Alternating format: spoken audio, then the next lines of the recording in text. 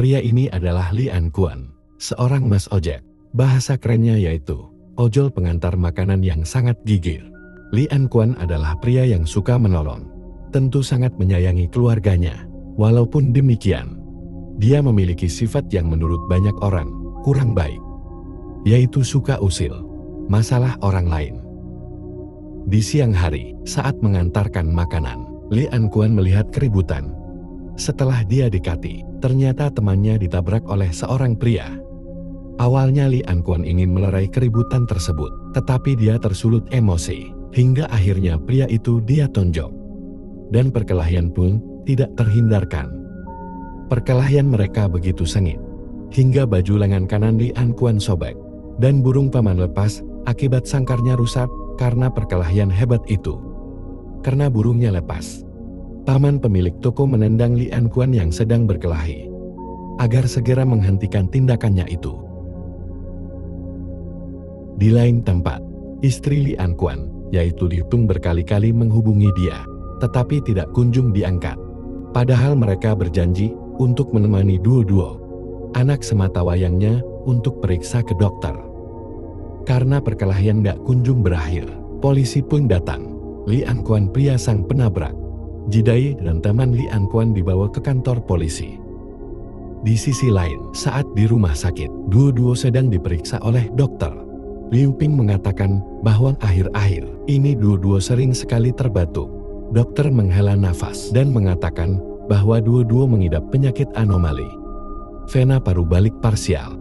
Kondisi Duo saat ini lebih buruk dan harus segera menjalankan operasi, dan itu adalah satu-satunya cara untuk menyelamatkan Duo. Karena jika tidak segera dilakukan operasi, Duo akan kesulitan untuk bernafas.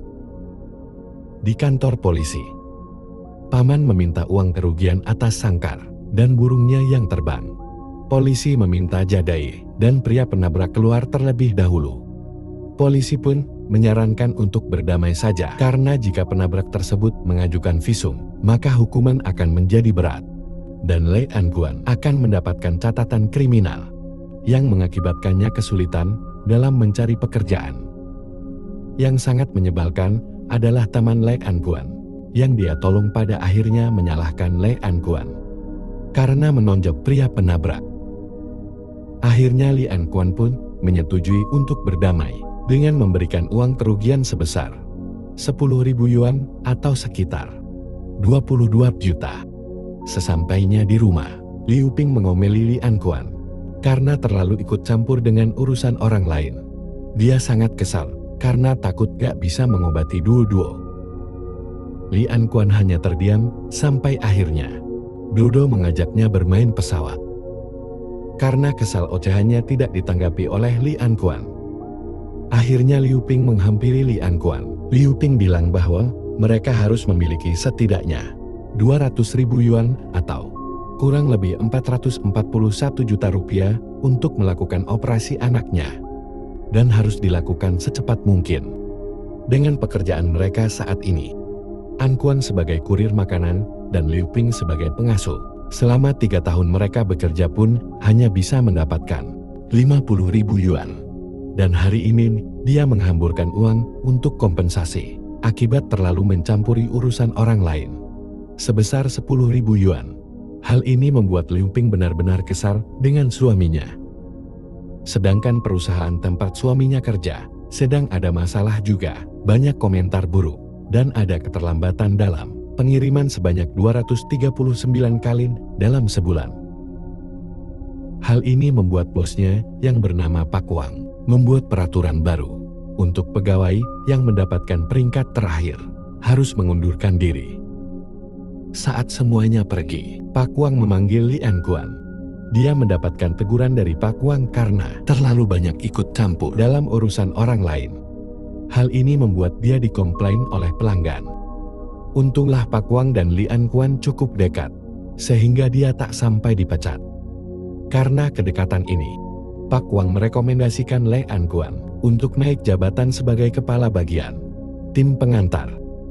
Li An-Kuan sangat berterima kasih, namun Pak Wang berpesan agar dia harus bekerja lebih baik lagi, agar bisa menempati jabatan sebagai kepala bagian.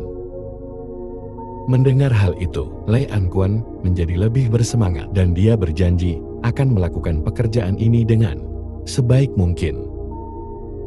Saat sedang menunggu makanan yang akan diantarkan, Lei Anquan duduk di motornya sambil melihat ponsel. Di depan dia, ada teman dan pacarnya lagi duduk makan. Mereka makan udang hasil mencuri dari pesanan dari pelanggan. Lei Anquan menanyakan apakah ada lowongan pekerjaan tambahan lainnya. Mendengar hal itu, temannya pun cukup terkejut karena Lei Anquan sudah bekerja 14 jam sehari, tetapi masih mencari pekerjaan paruh waktu. Pacar temannya pun langsung nyap-nyap, langsung menyarankan untuk menjadi sopir bayaran untuk orang yang mabuk. Karena saat ini, peraturan mengemudi mabuk makin ketat, dan mereka membutuhkan sopir bayaran. Saat sedang bersantai di rumah, sambil bermain pesawat dengan duo-duo, tiba-tiba pemilik kontrakan masuk tanpa permisi. Dia menawarkan kontrakan tersebut ke sepasang suami istri, yang tidak lain adalah pengontrak baru. Pengontrak baru tersebut tampak menyukai penawaran yang diberikan oleh sang pemilik kontrakan. Lei Anquan mengejar pemilik kontrakan. Dia bilang bahwa dia dan keluarganya masih tinggal di sini. Namun mengapa dipromosikan ke orang lain? Mendengar hal tersebut, pemilik kontrakan bilang bahwa dia terpaksa untuk menyewakannya ke orang lain karena Lei Anquan sering protes dengan uang sewa kontrakan yang terlalu mahal. Makanya dia menyewakan kontrakannya kepada orang lain yang mampu membayarnya tanpa komplain. Liu Ping yang dari tadi menunggu suaminya menemui pemilik kontrakan dengan lesu. Dia bilang ingin membawa duo-duo ke kampung. Dengan biaya hidup di Beijing yang tinggi, mereka tidak bisa menabung untuk biaya operasi duo-duo. Lei Anquan mencoba meyakinkan istrinya bahwa urusan uang, dia akan memikirkannya, sehingga Liu Ping tidak perlu mencemaskan. Pertengkaran pun kembali terjadi. Liu Ping ingin kembali ke kampung, sedangkan Lei Anquan gagah menyekolahkan duo-duo di Beijing. Karena menurutnya pendidikan di Beijing lebih baik, pertengkaran pun semakin panas. Karena Liu Ping menganggap Beijing hanya bisa dimiliki oleh orang cerdas, berpendidikan dan kaya. Mendengar hal tersebut, Lei Anquan tersulut emosi.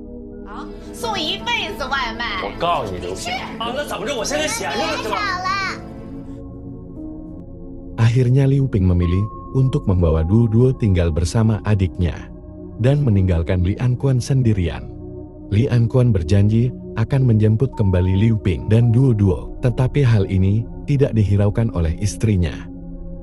Saat ini Lei Anquan tinggal di toko bekas jualan koran, dan dia mulai memikirkan menjadi supir sebagai pekerjaan tambahan. Pada malam hari, Lei Anquan menambah pekerjaan paruh waktu sebagai supir untuk orang mabuk. Dia harus bekerja keras agar bisa segera mengumpulkan biaya operasi duo-duo. Saat duo-duo dan Liu Ping kembali ke rumah adiknya, dia mendengar adiknya dan suaminya bertengkar karena merasa keberatan menampung Liu Ping dan anaknya. Hal ini pun membuat Liu Ping gak enak hati. Lei Anquan, Liu Ping dan duo-duo pun bertemu saat makan siang bersama. Istrinya itu mengatakan ingin pergi ke Foshan untuk bekerja sebagai pegawai spa refleksi milik temannya. Dia merasa memijat kaki orang lebih baik daripada menjadi pengasuh di Beijing. Karena dia harus memandikan pria tua. Hal ini membuat Lei Anquan kesal. Akhirnya Lei Anquan setuju Liu Ping pergi ke kosan, tetapi dengan syarat duo-duo harus tetap di Beijing. Keesokan harinya, Liu Ping berpamitan dengan duo-duo.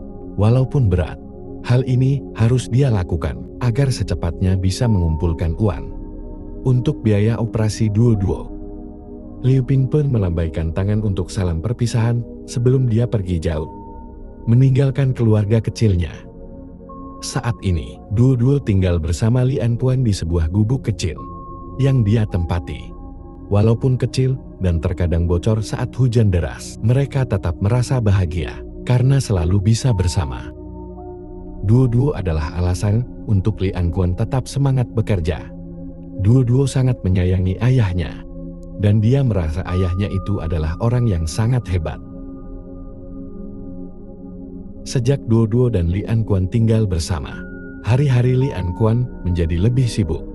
Di pagi hari, dia harus mengantarkan Duo Duo untuk berangkat ke sekolah, dan di sore harinya, dia harus menjemput anaknya kembali. Agar tidak membuang waktu, Li Anquan melakukan segalanya lebih cepat dari biasanya. Dia harus mendapatkan orderan minimal 60 dengan target waktu kurang dari 10 menit setiap pengantaran. Bahkan dia harus memikirkan toilet mana yang tidak mengantri, dan makan di setiap lampu merah, agar semuanya bisa tepat waktu. Dia pun bekerja selama 8 jam sehari, sebagai kurir pengantar makanan, dan 2 jam untuk menjadi supir bayaran. Walaupun demikian, supir bayaran adalah waktu di mana dia bisa menikmati indahnya kota Beijing di malam hari. Malamnya, setelah Li Anquan menyelesaikan pekerjaan sebagai supir, dia kembali ke rumah. Dan betapa terkejutnya dia saat mendapati Duo Duo gak ada di rumahnya. Dia pun sangat panik dan khawatir, mencari di sekitar rumah, tetapi tidak menemukan Duo Duo. Dia menanyakan kepada orang-orang sekitar, tetapi gak ada satupun yang melihat anaknya itu. Setelah pencarian ke sana kemari, akhirnya dia menemukan putrinya sedang duduk bersama Jia Dai, sang pemilik toko makanan yang ada di awal film tadi. Li Anquan kesal ingin memarahi Duo Duo, tetapi Jia Dai langsung membela Duo Duo dan mengatakan jika Li Anquan sibuk, dia bisa menitipkan anaknya itu kepadanya. Siang harinya, Duo Duo ikut Li Anquan bekerja mengantarkan makanan. Tidak seperti biasanya, Li Anquan mengendarai motornya lebih lambat, hingga beberapa pesanan terlambat diantarkan. Sudah pasti pelanggan merasa kesal, tetapi setelah melihat Duo Duo, pelanggan tersebut menjadi luluh. Bahkan dia juga memberikan makanan siap saji, dan memberikan tip untuk Li Anquan. Hari interview kandidat kepala bagian tim pengantar pun tiba. Li Anquan diantarkan oleh Duo Duo, dan dia melihat ayahnya sangatlah gugup. Li Anquan sudah memasuki ruangan interview. Seperti biasa, dia memperkenalkan diri terlebih dahulu. Dia juga menceritakan pengalaman pekerjaan dulu, sebelum menjadi kurir makanan. Interview tidak berjalan begitu baik, karena berdasarkan data, Anquan seringkali telat dalam mengantarkan makanan. Walaupun demikian, selama 3 tahun, dia menjadi ojol. Dia tidak pernah kecelakaan, tidak pernah mengambil makanan pelanggan, maupun bertengkar dengan pelanggan.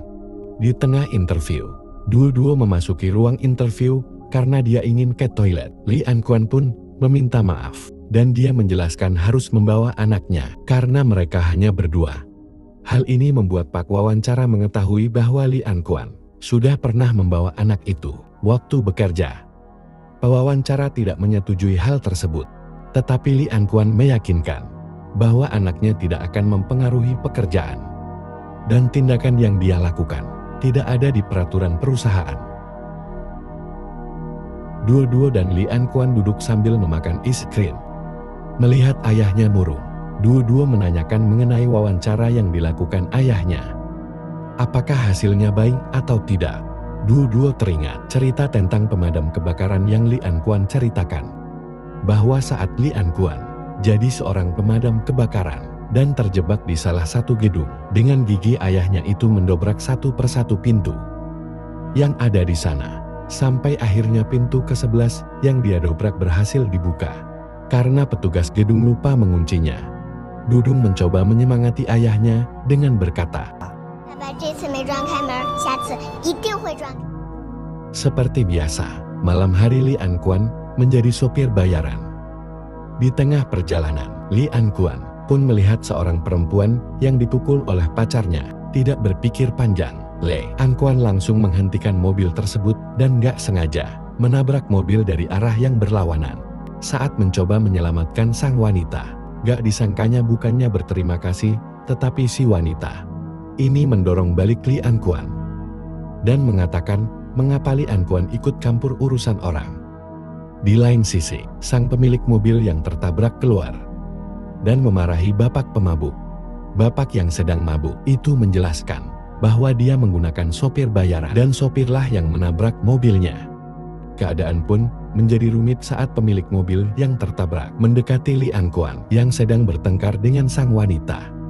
Dan seketika Li Anquan hanya mematung dan teringat omelan istrinya dan juga anaknya.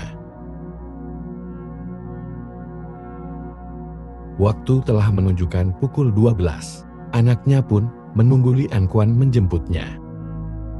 Pak Wang yang saat itu menjaga Duo sudah tertidur.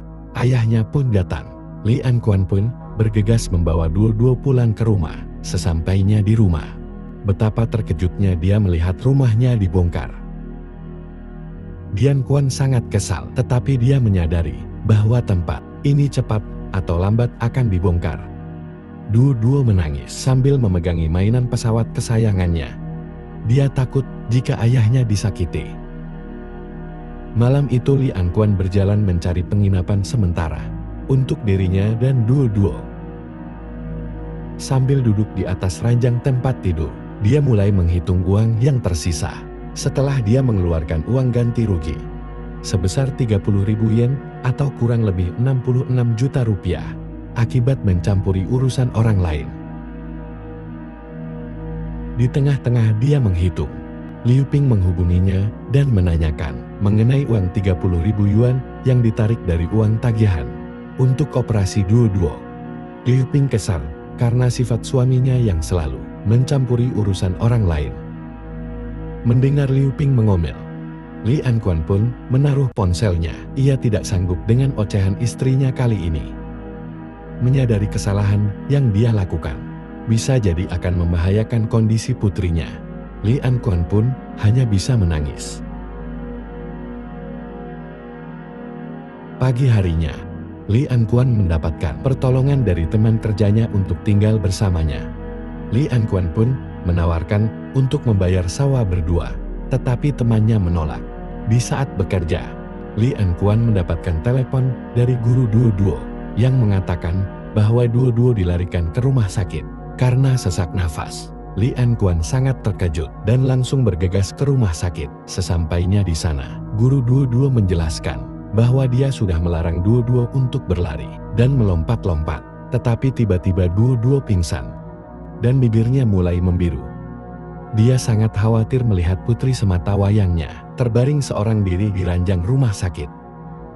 Sedangkan dia hanya bisa melihat dari kejauhan. Dokter menjelaskan mengenai kondisi anaknya dan mendesak untuk segera melakukan operasi. Dengan tatapan kosong, Li Anquan mengendarai motor listrik miliknya dan dia mendatangi satu persatu teman untuk meminjam uang. Tetapi dia tidak mendapatkan satupun. Li Anquan tidak putus asa. Dia memutuskan kembali untuk bekerja dan memikirkan jalan keluar lainnya agar putrinya bisa segera dioperasi. Saat dirinya sampai di tempat kerja, Pak Wang pun menegurnya karena di bulan ini dia terlambat mengantarkan hingga 10 kali dan terus-terusan mendapatkan keluhan dari pelanggan. Pak Wang memberikan peringatan bahwa dia bisa saja akan segera dipecat. Saat perjalanan mengantarkan makanan, Li Anquan melihat ada kerumunan. Dan setelah dia melihat, ada anak kecil yang tersangkut bajunya dan nyaris jatuh dari atas gedung. Li Anquan pun yang dulunya sebagai pemadam kebakaran bergegas untuk menyelamatkan anak kecil ini dengan berbekal seutas tali.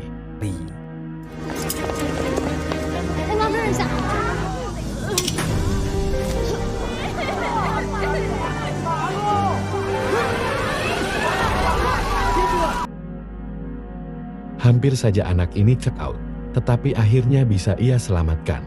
Aksi heroiknya ini diliput oleh salah satu media berita televisi.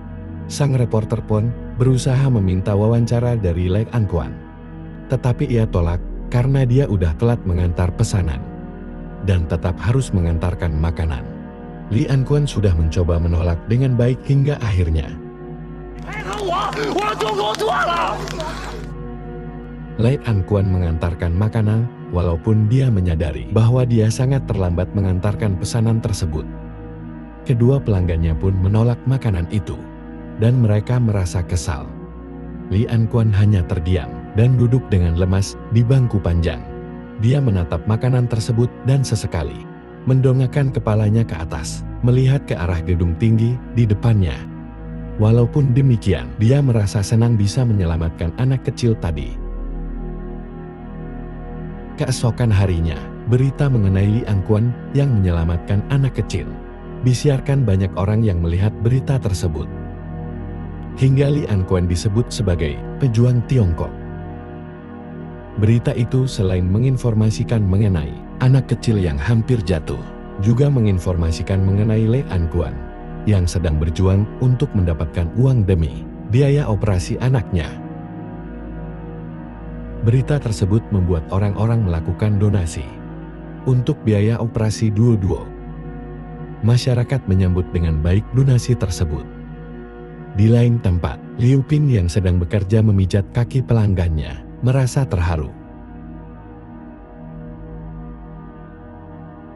Li Anquan yang mendengar berita itu tidak menyangka dan sempat bengong untuk beberapa detik, sampai akhirnya memeluk Duo dan menangis haru. Tidak menyangka kepedulian dia terhadap orang lain berakibat baik untuk dirinya. Hari ini adalah hari di mana Duo menjalankan operasi. Dia sangat ketakutan, tetapi Li Anquan dan Liu Ping berusaha meyakinkan Duo. Li Anquan berjanji akan membawa Duo pergi ke sarang burung setelah selesai operasi. Li Anquan dan istrinya duduk di depan ruang operasi. Mereka berdua cemas sekaligus bahagia. Akhirnya bisa melakukan hal terbaik untuk kesembuhan putrinya. Li Anquan dan Liu Ping pun bergandengan tangan, seakan-akan semua rintangan akan bisa terlewati jika dilakukan bersama. 1 bulan kemudian, Li Anquan dipanggil ke kantor oleh satu pewawancara. Yang mewawancarainya, waktu itu bapak tersebut menanyakan pekerjaannya saat ini dan rencananya ke depan. Mendengar hal itu, Li Anquan mengatakan bahwa saat ini setelah putrinya selesai operasi, dia ingin beristirahat di kampung halamannya. Melihat peluang itu, bapak pewawancara menawarkan Li Anquan untuk beristirahat di Beijing saja. Dan jika dia mau, dia bisa mencoba bekerja di departemen pelatihan. Li Anquan tidak menyangka hasil kerja kerasnya selama ini. Satu persatu hal yang dia inginkan mulai terwujud. Dia merasa sangat bersyukur dengan kesempatan ini.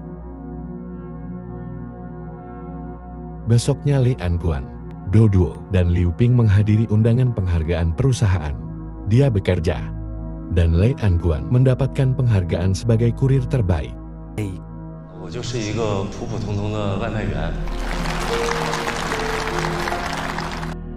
Li Anquan tidak menyangka hasil kerja kerasnya selama ini mampu mewujudkan semua mimpinya. Dia berhasil membiayai operasi anak semata wayangnya dan mendapatkan pekerjaan yang lebih baik dengan gaji yang lebih tinggi. Akhirnya, Li Anquan pun memutuskan untuk tetap tinggal di Beijing dan hidup bahagia sejahtera dengan keluarga kecilnya.